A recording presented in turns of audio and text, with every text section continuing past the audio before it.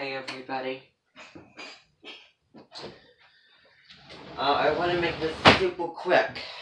I want to make this super duper quick. Because I don't want to spend a whole lot of time on going through this, okay? Now, there's one more thing that I forgot to write on the board. And I'm going to write it down.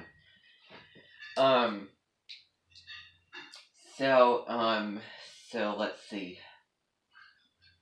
So season 7, episode 14. The episode is called Judgment Day Approaches. But, I would call it the beginning of the end.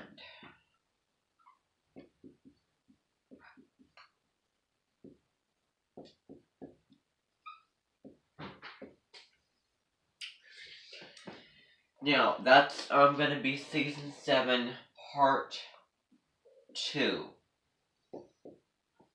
Okay? So, I just wanted to update on where everybody is out with Season 7. So, how many of you are at the end of it? How many of you are nearing the end of it? Well, the first part of it. That's where you should be by this point. Okay. Wonderful. How many of you are just starting it? Well, that's a good sign. Now what? How many of you are done with it? 2 people in here? Okay. So, that was probably the last of the, think of it as the last of the light, and the last of, the glory days of the wonderful ALDC team. And then it's just gonna go downhill. There's gonna be probably like a couple weeks left of just kind of, wrapping it up, and then it's gonna change. It is going to change in a very dramatic way. It's gonna, there's gonna be one change that's gonna happen. And I'm just saying this because I saw the chronology of the trailer. Then there's going to be the normal again, and then there's going to be another thing that's going to happen that's going to end the whole entire show. That's how it is. Now, for those I'm not going to spoil it, but the only spoiler that I will tell you is that we know that Abby would spend up to 5 years in jail. When you've all seen, an interview who's seen season 8, and she spends, like a year and a day. So that gets changed around. There's a little surprise at the end of season 7, episode 13, Nationals. The last episode of season 6 wasn't a national. So, definitely tune in to see what happens at the very, very end of the episode. But that's all I'm telling you. Okay? And I think that the beginning of the end makes a lot of sense because the weather is very clouded over and cooled down. Because it's now 2017. Okay, so today is November the 15th, also called the Ides of November. I would tell you that I regret not starting all the way down earlier, but, I'm not going to feel guilty about that. I'm not going to. So we'll get done with it when we get done with it, and then, what'll happen is throughout the rest of this year, we will be doing it in the dominant month, so Sag book in the dominant month of the season. Okay? But come next year, we will do it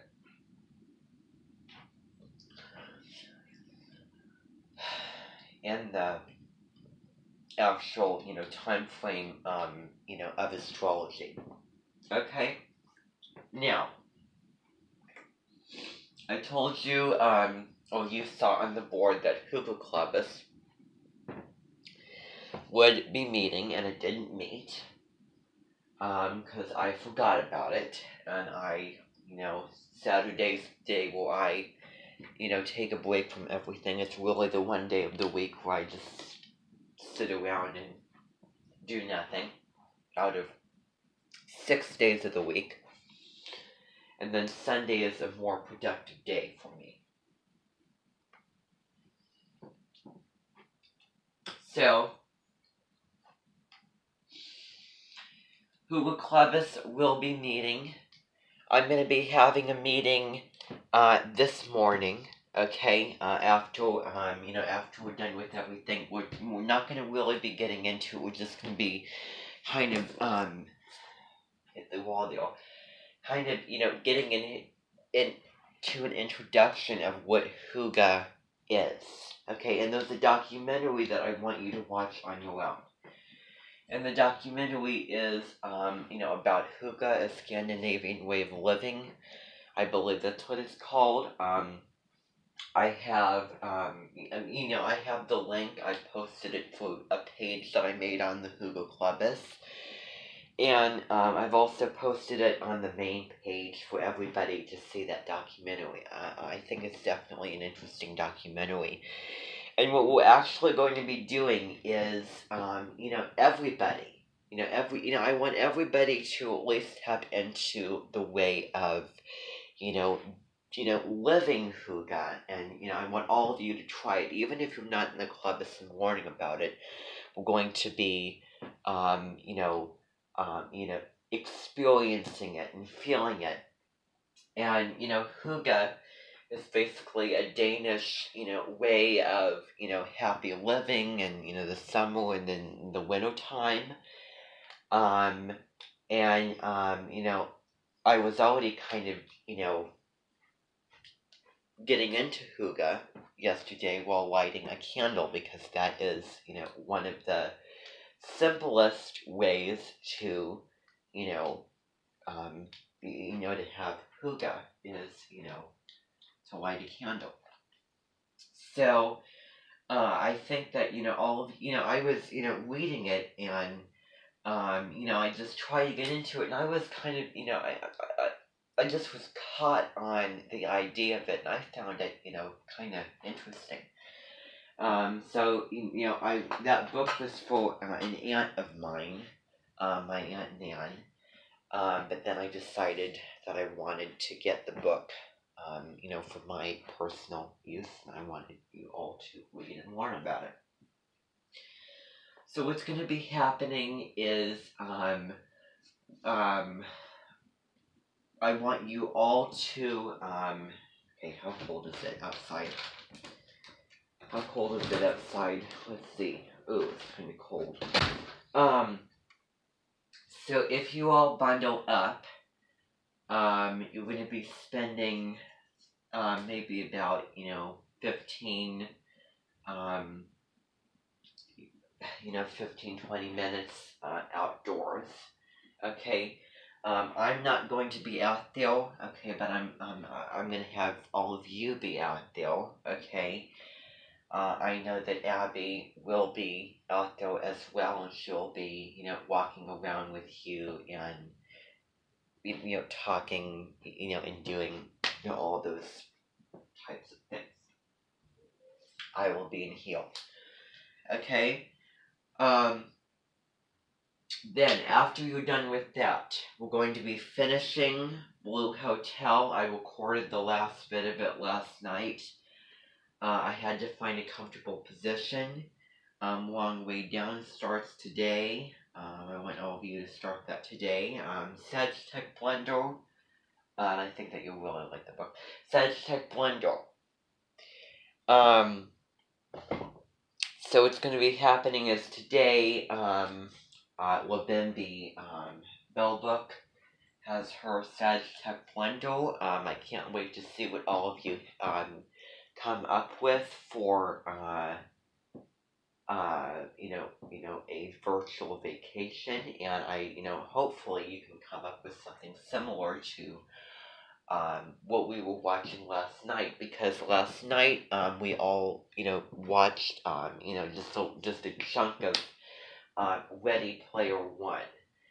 And let me tell you, that was, it's filmed in 2045.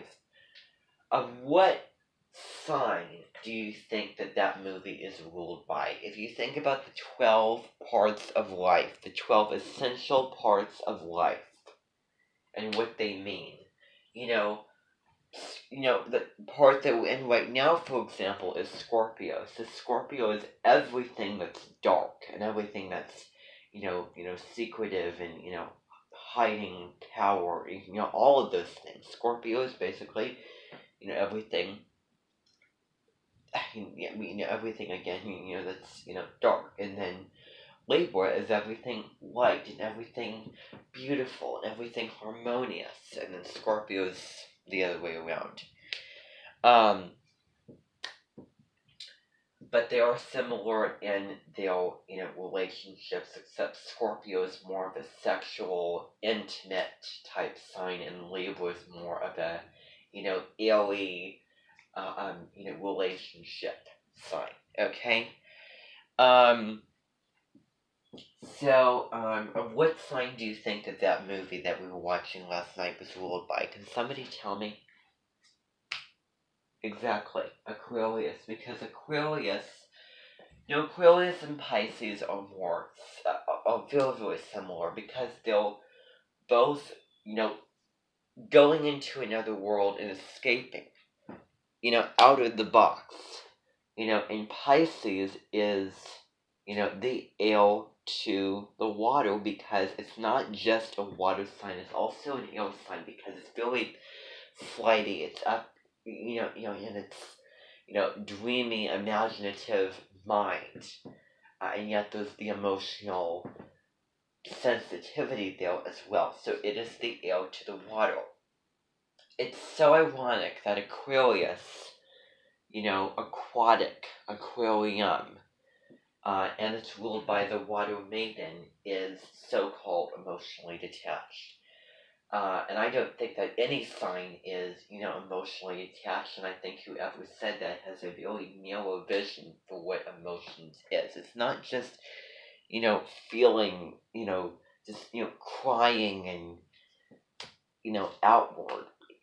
All the signs feel it and, express it and deal with it in, different ways, but everybody feels the same emotion, like everybody else, because everybody's human. But everybody feels it and shows it and deals with it differently based off of their chart, based off of their, sign. So if someone is super watery, then they feel emotion, like, how water people feel emotional.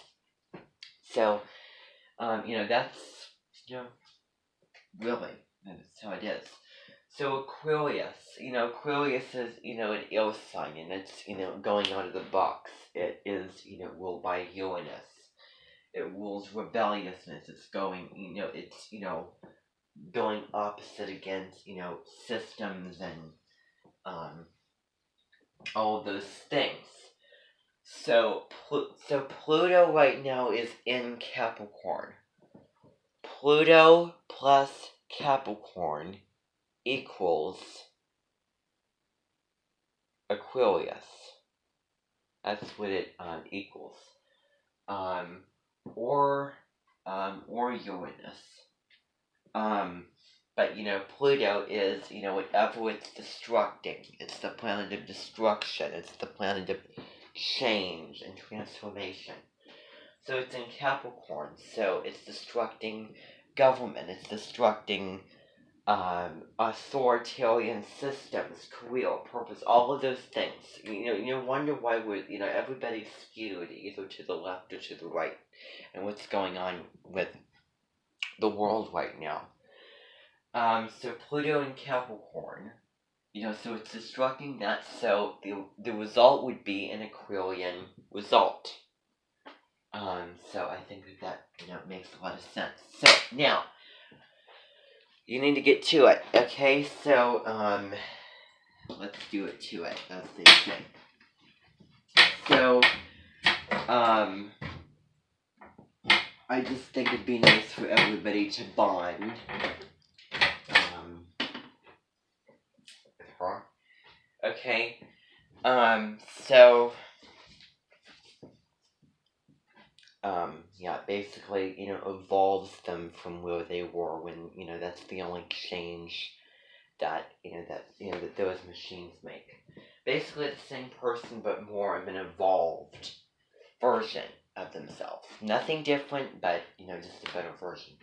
So, yeah. Should we not be going to jail? So, everybody, you can, you know what? Yeah, that's a little bit different. Okay, everybody, you need to, leave, okay? So, I want you all, to go get your coats and everything, go outside, okay? And then we'll come back in after the 15 minutes are up, and then we'll continue doing what we need to do, okay? So go take care of that business. Okay, everybody, I hope that you all had a wonderful time outside. I know that it was cold and, dreary. I'm going to go get my computer and everything, and I want you to hold on, and I'll be right back. Okay? Because we need to get this finished. I know that not all of you have finished it.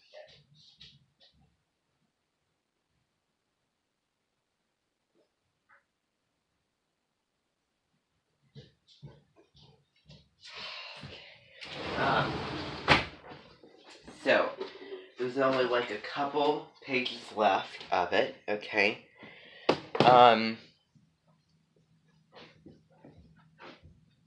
So we can get those pages in, and then, we're gonna have, the Hugo Clubus real quick, and then, I will, I'll let you all go free for the rest of the morning and the rest of the day, okay? So it's important that we have this meeting now so that we can get it over with as soon as possible. Okay? Now, let me go grab the book. See what page that we need to be on. Here. Okay.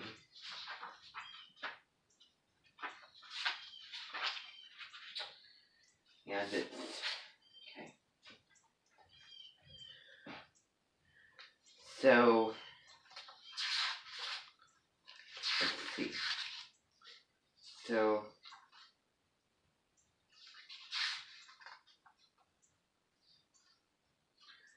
5 minus 20.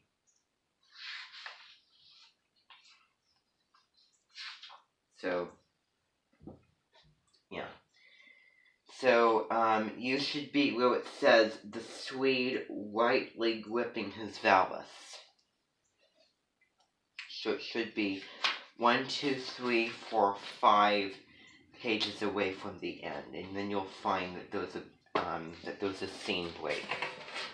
Okay, and that's gonna basically be a separate part of it. Okay. By the way, one other quick thing is that Chloe and Christy will be returning to the Amendment sometime or another. Okay, so that's that's the plan, kind of, for everybody to keep in mind. Sometime either this season or next season. Okay. Now I'm going to put the cord into the computer so that we can get going with this. Because we need to get going with this.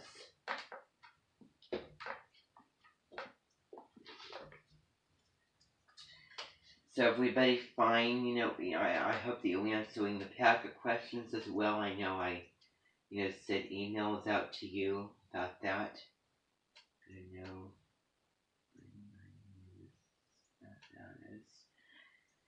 Okay, let's see here. So I'm trying, hope I didn't exit out. Okay, there we go. The World Hotel, Stephen Crane, final part.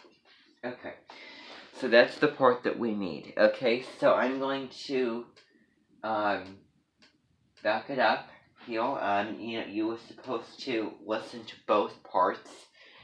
So one of them on Friday, the other on Saturday, and then the next on Sunday. I was just, yesterday was so dysfunctional, and I was just not feeling very well, not feeling very patient yesterday with everything.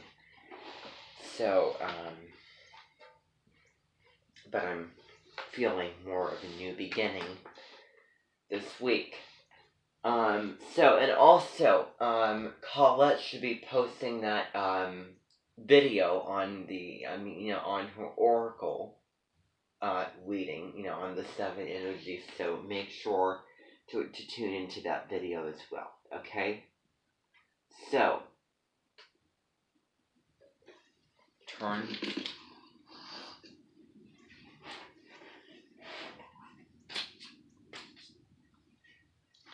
So is everybody there? The World Hotel, Stephen Crane. Okay, I am basically pulling on this cord. Oh my gosh, I don't like doing this. This is not good for this cord. This is not going to be very healthy for this cord if I do that. So I'm not going to do that. Okay.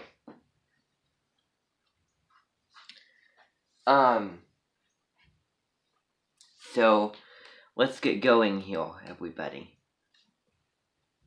The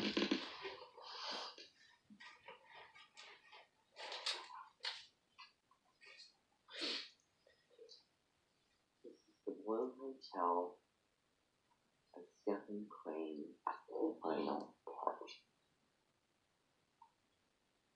The Swede, tightly gripping his ballast, passed across the face of the ship. He was following a line of little naked, gasping trees which he knew must mark the way of the world. His face, fresh from the pounding of Johnny's guts, felt more pressure than pain in the wind at the burning snow. Number of swirled shapes loomed upon him suddenly. He knew them as the houses of the main body of the town. Here with the bugles of the tempest pealing, it was hard to imagine a field river. However, its feet found a sapling.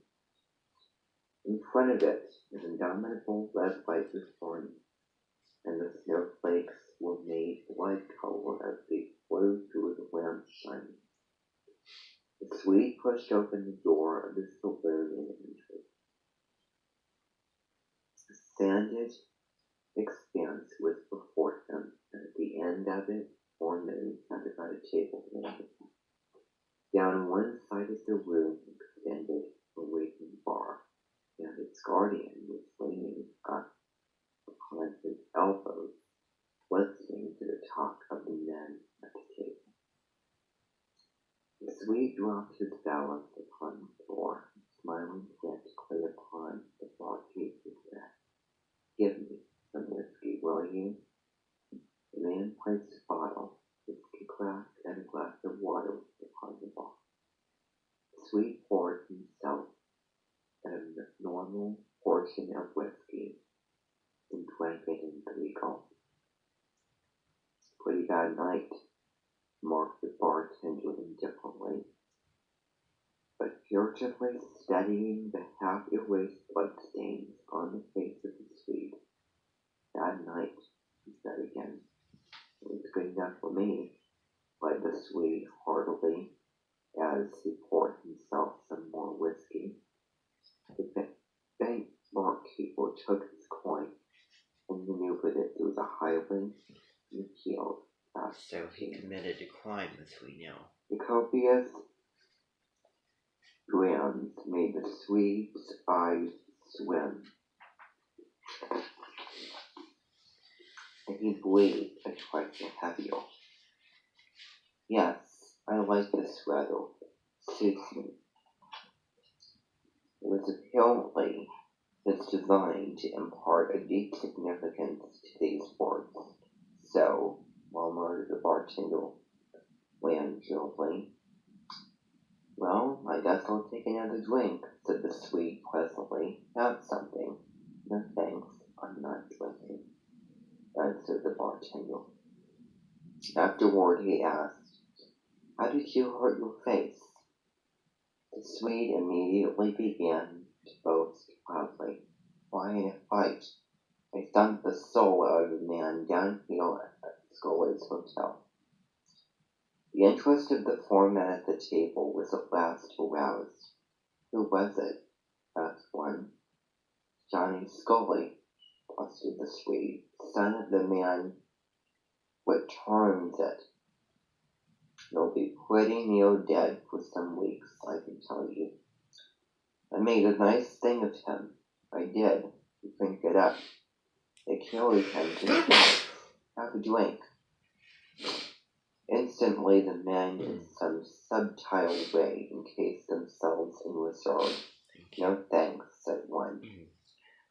The group was of curious formation. Two prominent local businessmen. One was the district attorney, and one was a professional gambler of a kind known as Square. Able an observer to pick the gambler from the men of more suitable pursuits. It was, in fact, a man so delicate in manner when among people in middle class, and so judicious in his choice of victims, that in the strictly masculine part of the town's life he had come to be explicitly trusted and admired. People called him the thoroughbred.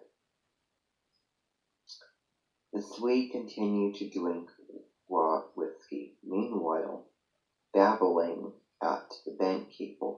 Come on, have a drink. What? No, by God. I've whipped a man tonight, and I want to celebrate, gentlemen, the Swede cried to the men at the table. Have a drink.